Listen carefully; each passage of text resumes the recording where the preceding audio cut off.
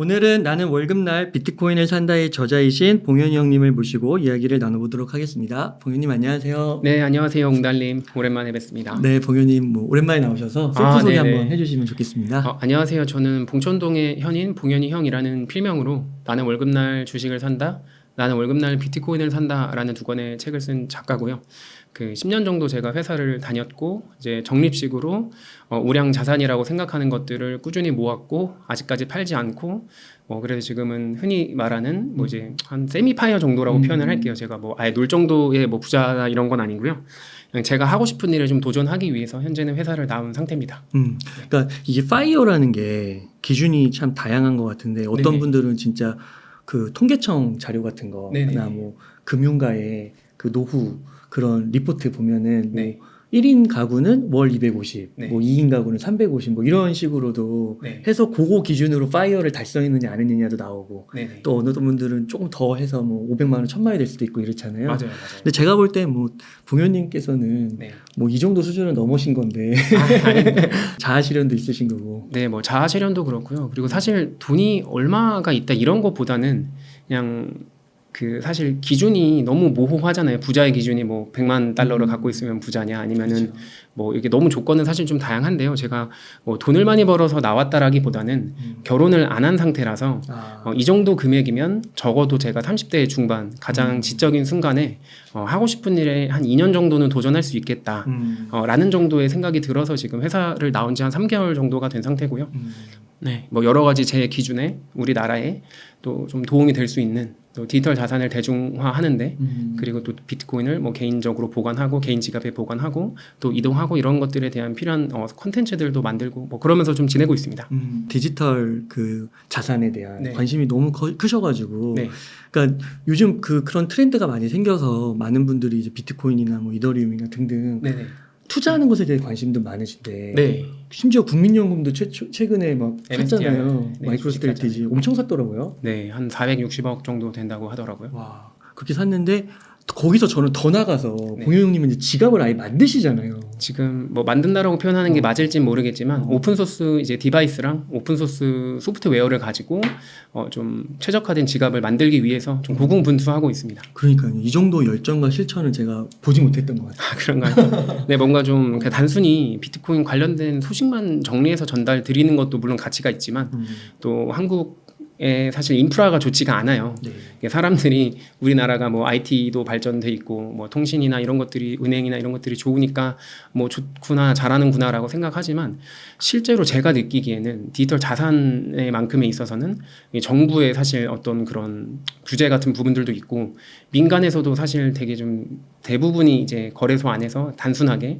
그냥 이제 매매 차익을 노리고 또 그거 번 돈으로 부동산을 살려고 하고 뭐 사실 그런 것들이 다 주류 움직임이라서 저는 아직 우리나라가 좀 후발주자다라고 생각하고 있고 그러면서도 반도체 만드는 나라인데 그런 여러 가지 뭐 디바이스나 어떤 그 소프트웨어들을 자체적으로 만들지 못하는 게 조금 아쉽다라는 생각을 좀 하고 있어가지고 제가 여러분들한테 받는 에너지를 가지고 어떻게 쓰는 게 더 좋을까 고민하던 끝에 비트코인 관련돼서 뭐 제품도 있으면 만들고 소프트웨어도 좀 만들어 보고 싶고 그래서 여러 가지 도전을 좀 하고 있습니다. 한 연말에 출시되는 건가요? 일단은 네, 연말 정도 되면은 멋지십니다. 네, 지갑을 하나 만들 수 있으면 좋을 것 같다 이렇게 생각하고 있습니다. 그러니까 이게 정말 대기업, 우리나라에서 내로라 하는 대기업을 나와가지고 이런 디지털 자산 쪽에 깊이 발을 담그고 네네. 앞으로 젊은 시절을 이렇게 몇 년 동안 쓰시려고 하는 거잖아요. 네, 그래서 이 맞습니다. 열정이 대단하신 건데, 근데 최근에 이제 비트코인 가격 한번 여쭤보면 흐름이나 네네. 가격이 한 6만 달러에서 계속 좀 하락도 하고 횡보도 네. 하고 좀 가난하시면 또 폭락하고 막 이렇게 계속 나와서 네. 시즌 종료라는 말까지 나오더라고요. 시즌 종료 네네. 그래서 봉현 형님은 좀 어떻게 생각하시나 궁금하더라고요. 우선 아마 올해 3월 달에 원화 기준으로 1억이 넘고 나서 한국 분들은 정말 많이 들어오셨을 것 같아요. 그리고 우리가 또 코인에 대해 기대하는 것들이 단기간에 막 2배, 3배 이러다 보니까 그냥 조금 뭐 한 10%, 20% 오른 거로는 만족조차 안 될 텐데 개인적인 생각으로는 아직도 그냥 그 우상향의 흐름에 있다고 생각을 해요. 그 3월 이후 한 4월 정도에 뭐 이란 이스라엘 계속 이슈도 나오면서 또 변동성을 엄청 키워갔고 금리를 뭐 또 내린다. 뭐 또 장기간 유지된다 이러면서 또 비트코인이 어떤 이슈에는 오르고 어떤 이슈에는 또 떨어지고 하면서 거의 한 5만 5천까지도 떨어졌다가 한 6만 9천까지도 왔다 갔다 하면서 아마 그 변동성만 사실 키우는데 잘 돌아보면 사실은 그 제 느낌에는 그 박스권 안에 들어 있다라고 생각하는 거거든요. 하고 있거든요. 실제 변동성이 뭐 이게 우리가 일 단위로 봐서 좀 힘들어서 그렇지 실제로는 안정적으로 사실 바닥을 다져가고 있다라고도 볼 수 있고요. 그래서 저는 뭐 지금 아마 많은 분들이 이렇게까지 오랫동안 횡보한 경우가 없었을 거예요. 아마 이슈도 많았는데도 불구하고 뭐 반감기도 있었고 뭐 아니면은 그 외에 뭐 금리 인하하는 이슈도 있었는데도 불구하고 그래서 좀 많이 지치셨을 것 같긴 한데 오히려 바닥을 좀 잘 다져가고 있다라고 좀 생각하시면 좋을 것 같고요. 그래서 오히려 좀 다른 자산 대비 올해 기준으로 별로 안 올랐거든요. 그런 부분에 좀 집중을 하시면 또 팔지 않고 모아갈 수 있는 그 어떤 동기부여가 되지 않을까 정도로 좀 생각을 하고 있습니다.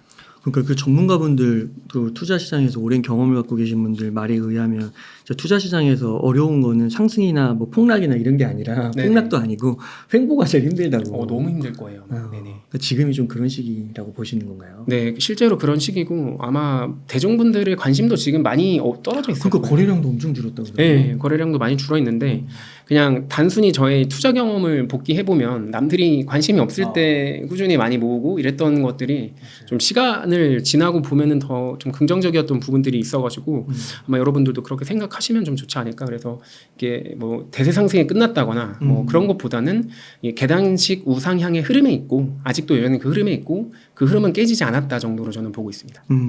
그래서 최근에 이제 가격이 좀 급하게 폭락한 이유는 뭐 전쟁 이슈도 있지만 네네네. 중동 지역에서 전쟁, 뭐 암살 뭐 이런 것도 있었지만 무엇보다도 경기 침체 이슈가 좀 네네. 있었잖아요. 네. 그래서 실제로 이 실업률을 봤을 때 네. 7월 봤을 때 예상치인 4.1%보다 상회를 하면서 네. 또 뭐 일본 엔캐리 트레이드 위기론도 막 부상이 되면서 네. 이 경기 침체 위기설 때문에 이제 폭락을 했었단 말이에요. 네.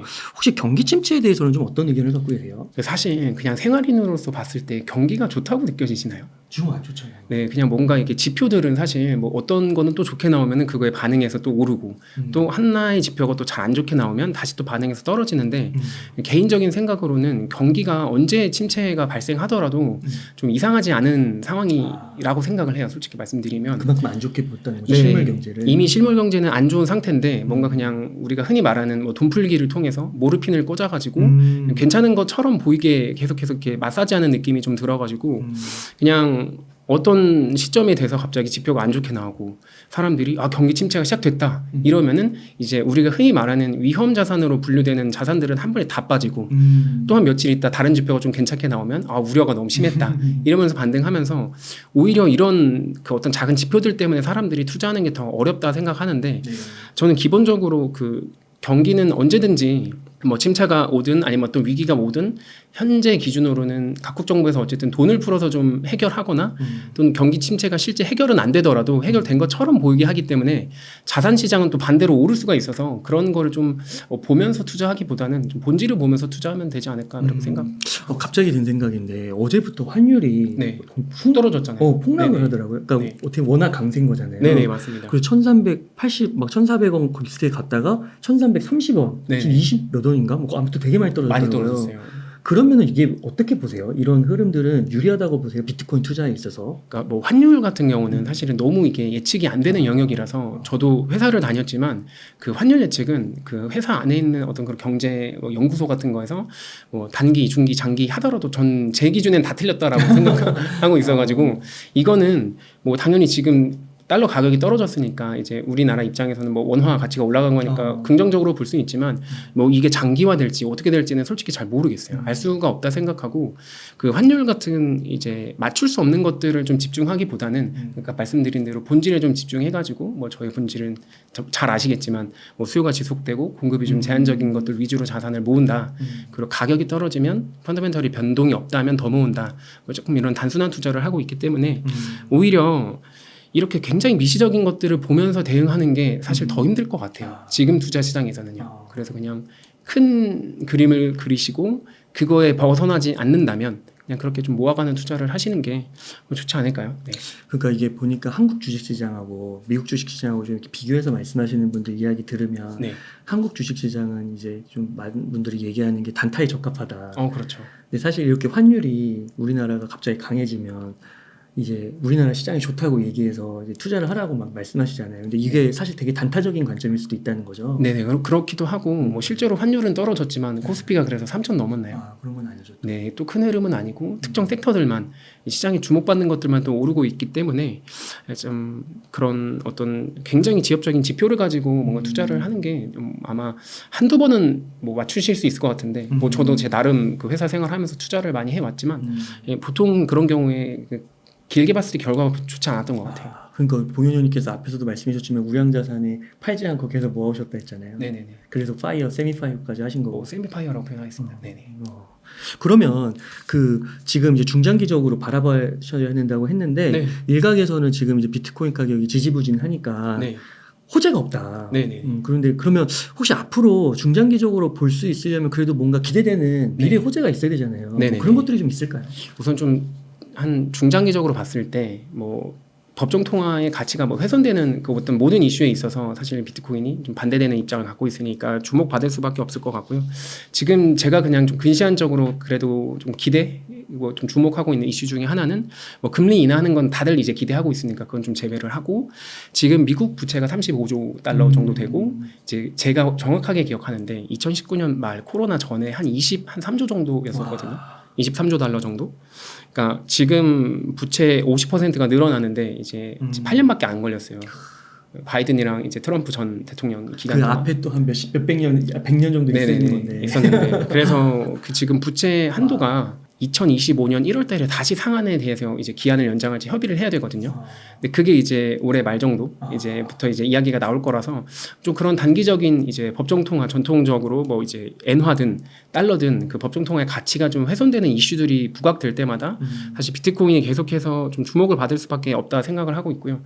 그리고 뭐 많은 분들이 이제 금리만 떨어지면 비트코인 가격이 뭐 치솟을 거다라고 이제 다들 기대를 하고 있는데 저는 오히려 그거에 대해서는 크게 이렇게 개의치 않는 게 결과적으로 지금 5.5% 기준금리가 될 동안 비트코인은 계속 올랐잖아요. 맞아요. 네. 엄청 올랐죠. 네, 그래서 뭔가 좀 금리가 떨어지는 게 반대로 그 경기 침체 어떤 신호로 또 볼 수도 있기 때문에 그냥 금리가 떨어질 때까지를 뭔가 기다린다는 느낌보다는 아까 말씀드린 대로 아까 그런 법정 통화의 가치가 훼손되는 이슈들 그리고 특히나 제가 며칠 전에 그 해리스 진영의 그 공약들을 좀 제가 봤었거든요. 근데 그게 되면은 또 이제 미국 국가 부채가 얼마 증가한다라는 그런 좀 리포트가 있더라고요. 그러니까 결과적으로 그냥 법정 통화의 가치는 계속 훼손되니까 그런 측면에서 그 비트코인에 투자를 하는 게 좀 좋을 것 같고 단기적인 이슈를 좀 맞추려고 하는 게 해보시면 알겠지만 되게 힘들고 피곤해요.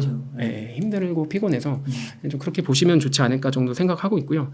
또 한 가지 좀 단기적인 이슈 말씀드리면 이제 FTX 거래소가 2022년도에 파산을 했고 이제 파산을 했다 보니까 채권자들한테 달러 현금으로 이제 상환을 해야 되는데 그게 빠르면 올해 안쪽으로 이제 좀 채권자들한테 돌아간다라는 얘기가 있어요.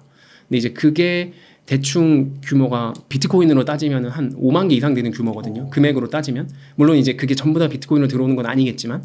그래서 그런 것들도 뭐 이 시장 자체는 저는 찾아볼 수 있는 호재 중에 하나다라고 생각을 좀 하고 있어가지고 그런 것들 좀 생각하시면서 또 지정학적 리스크는 뭐 계속 커지고 있으니까 이런 것들은 당연히 뭐 전반적인 긍정적으로 작용할 수도 있을 겁니다. 큰 흐름을 보는 거네요.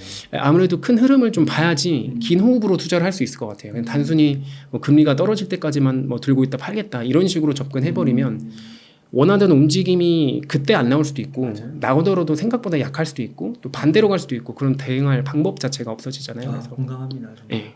그 어떤 분들은 네. 그 화폐 발행량, 네네. 유동성 풀리는 거 그런 거 크게 봐야 된다. 네네네. 그런 건 어떻게 생각하세요? 당연히 이제 만약에 그 통화량 M2라고 우리가 보통 흔히 말하잖아요. 그래서 뭐 M2가 증가하면은 어쨌든 M2 대비해서 상대적으로 공급량이 제한되어 있는 것들은 다 오르잖아요. 그러니까 서울 아파트도 사실 다 올랐잖아요. 맞아요. 그리고 꼭 비트코인 아니어도 그 뭐 알트코인 중에서도 메이저들은 다 어쨌든 우상향하는 그래프로 가고 있고 또 주식도 뭐 사실은 지금 나스닥도 최고점이 아니라서 그렇지 뭐 거의 사실상 최고점의 흐름에 있고 그래서 그냥 그 법정 통화 대비해서 현금으로 갖고 있는 게 사실 조금 위험한 것 같고요. 그 외적으로는 정말로 희소하면서도 앞으로 세상에서 관찰했을 때 수요가 늘어날 수밖에 없다라고 생각되는 것들은 다 공통적으로 좋은 투자라고 생각하고 있습니다. 그래서 이제 나는 월급날 비트코인을 산다라는 책을 쓰셨잖아요. 네네. 지금 이 시점에서 이 책의 가운데 하나의 메시지를 주시면 좋겠거든요. 아, 네. 뭐 제가 사실 그 첫 번째 책에도 나는 월급날 주식을 산다 책에도 비트코인이랑 서울 신축 아파트 얘기가 있고 두 번째 비트코인 책에는 당연히 이제 비트코인 얘기가 있는데 그 관통하는 핵심은 딱 한 가지예요. 그냥 수요가 지속되고 공급이 제한적인 자산의 가치는 상승한다. 우리는 노동의 가치를 거기에 저장해서 미래의 나에게로 가치 훼손 없이 보내야 된다. 그러니까 인플레이션을 이겨내는 투자를 반복해야 된다. 뭐 약간 그런 이제 메시지예요. 그래서 그게 꼭 비트코인이라기보다는 그냥 저는 저한테 맞는 철학을 만들었을 뿐이고 그 철학에 맞는 자산을 꾸준히 공부하다 보니까 이제 자연스럽게 비트코인도 사고 모아가고 팔지 않게 된 상황이거든요. 그래서 여러분들께도 지금 굉장히 지치셨을 것 같아요. 여름도 너무 길어지고 있고 실제 날씨도 좀 지지부진하고 또 트럼프 이번에 막 그 내슈빌에서 이제 연설하고 하면서 사람들이 기대감도 엄청 컸을 텐데 또 폭락을 또 해버리는 바람에 또 아마 많이 지치셨을 것 같은데 그럴 때일수록 그 본질에 좀 집중을 하다 보면 좀 더 에너지가 많이 생길 수 있을 것 같고 많이 못 모으신 분들은 또 그 기회를 살려서 많이 모으시면 좋을 것 같고요. 그러면 그 노동을 우량한 자산, 가치 저장 수단에다가 담잖아요. 네.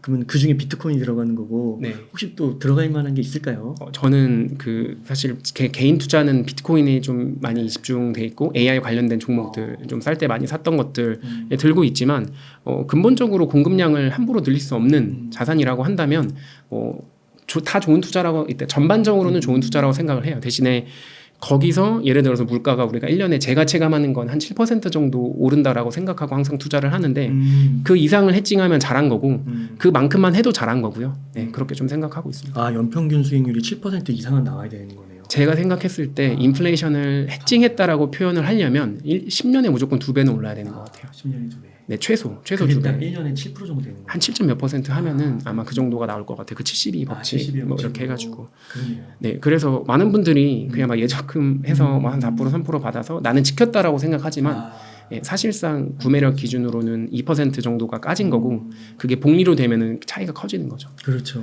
네. 저 10년에 부동산이 2배 된다. 그러니까 서울 아파트 기준으로는 그 정도 되니까. 네, 작년에 그 서울의 아파트 평균 가격이 아마 12억 정도, 11억 정도 됐을 거예요. 그래서 그게 사실 우리나라에서는 어쨌든 그게 어떤 부의 지표 같은 거니까 네, 그렇게 좀 봐야 될 것 같고요.